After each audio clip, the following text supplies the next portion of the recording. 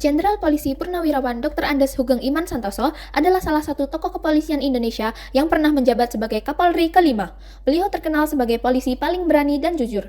Abdurrahman Wahid, mantan Presiden Indonesia, pernah memuji kejujurannya, mengatakan bahwa hanya ada 3 polisi jujur di negara ini: polisi tidur, patung polisi, dan Hugeng. Banyak hal yang bisa kita teladani dari Hugeng, terutama jika kita kaitkan dengan core value ASN berakhlak. Nilai yang pertama adalah berorientasi pelayanan. Menurut Hugeng, pada dasarnya seorang polisi adalah pelayan masyarakat untuk menegakkan ketertiban dan keamanan umum dimanapun ia berada. Ketika berada di tengah masyarakat, polisi tetaplah polisi, tanpa memandang kedudukan dan pangkatnya. Oleh karena itu, beliau tak merasa malu saat harus turun tangan membantu mengatur lalu lintas. Hugeng pun selalu datang awal ke kantornya dan tidak menempuh rute yang sama agar mendapat gambaran suasana kehidupan sekaligus menginspeksi kegiatan yang berkaitan dengan tugas kepolisian. Beliau juga ramah kepada masyarakat, terutama rakyat kecil. Saat menjadi Kapolri, beliau juga melakukan pembenahan beberapa bidang yang menyangkut struktur organisasi di tingkat Mabes Polri. Hasilnya, struktur yang baru terkesan lebih dinamis dan komunikatif. Nilai yang kedua yaitu akuntabel. Hugeng dikenal sebagai polisi paling jujur di Indonesia. Beliau seringkali mendapatkan kiriman barang dari orang-orang yang hendak menyuapnya, tapi beliau terus menolak bahkan meletakkan barang-barang tersebut di luar rumah begitu saja. Beliau juga berani menumpas berbagai kejahatan tanpa peduli siapa pelaku dan backingannya. Saat dilantik sebagai Kepala Jawatan Imigrasi, Hugeng meminta istrinya untuk menutup toko bunganya, agar tidak ada benturan kepentingan antara pihak yang berurusan dengan imigrasi dengan memesan bunga di toko istrinya. Beliau juga selalu hidup sederhana dan menolak kemewahan meskipun beliau memiliki jabatan yang tinggi. Core value dari berakhlak yang ketiga adalah kompeten. Kompetensi terbaik yang dimiliki oleh Pak Hugeng ditunjukkan dengan dirinya yang menjabat sebagai komandan tertinggi di kepolisian, yakni jabatan Kapolri. Kemampuan beliau tidak hanya didapat dari pengalamannya, melainkan juga beberapa sekolah dan kursus kepolisian yang diikutinya. Satu kisah mengenai Pak Hugeng yang terkenal adalah beliau sering menggagalkan oknum penjahat yang berusaha bermain kotor di Medan. Medan saat itu bukanlah wilayah yang mudah untuk bekerja, karena ujiannya yang sangat besar, terutama untuk para polisi yang jujur dan tidak mudah untuk disuap seperti Pak Hugeng. Namun Pak Hugeng menjalankan tugasnya dengan sangat baik. Keempat adalah harmonis.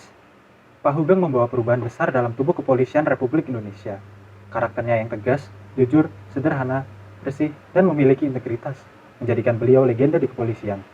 Pembicaraan terkait pengalaman hidup Pak Hugeng selalu membawa persatuan bagi seluruh rakyat Indonesia, apapun suku maupun agamanya. Tidak ada hate speech atau ujaran kebencian di dalam kolom komentar terkait konten-konten yang membahas Pak Hugeng. Dengan sifat dan sikapnya, Pak Hugeng bisa membawa persatuan di Indonesia, bahkan hingga beliau telah menutup usia. Yang kelima adalah nilai loyal. Kecintaan Pak Hugeng terhadap tanah air dan institusinya tidak perlu ditanyakan lagi. Ketika Pak Hugeng diberhentikan dari jabatan Kapolri, pemerintah menawarkan Pak Hugeng menjadi dubes di kerajaan Belgia, Belanda, dan Luxembourg atau Benelux. Dengan alasan, istri Pak Hugeng, Mary, adalah keturunan Belanda dan Pak Hugeng juga fasih berbahasa Belanda.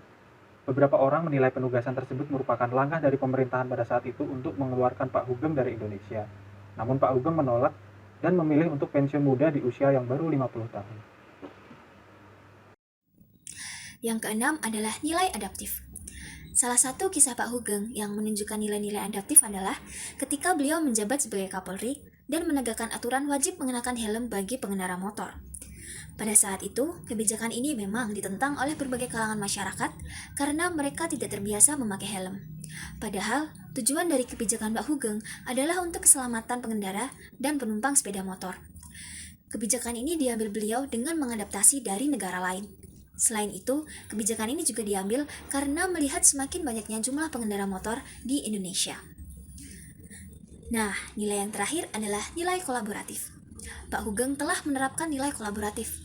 Salah satu contohnya adalah ketika Pak Hugeng bekerja sama dengan Kepolisian Internasional yang dibuktikan dengan berdirinya Sekretariat National Central Bureau Interpol Indonesia di Jakarta.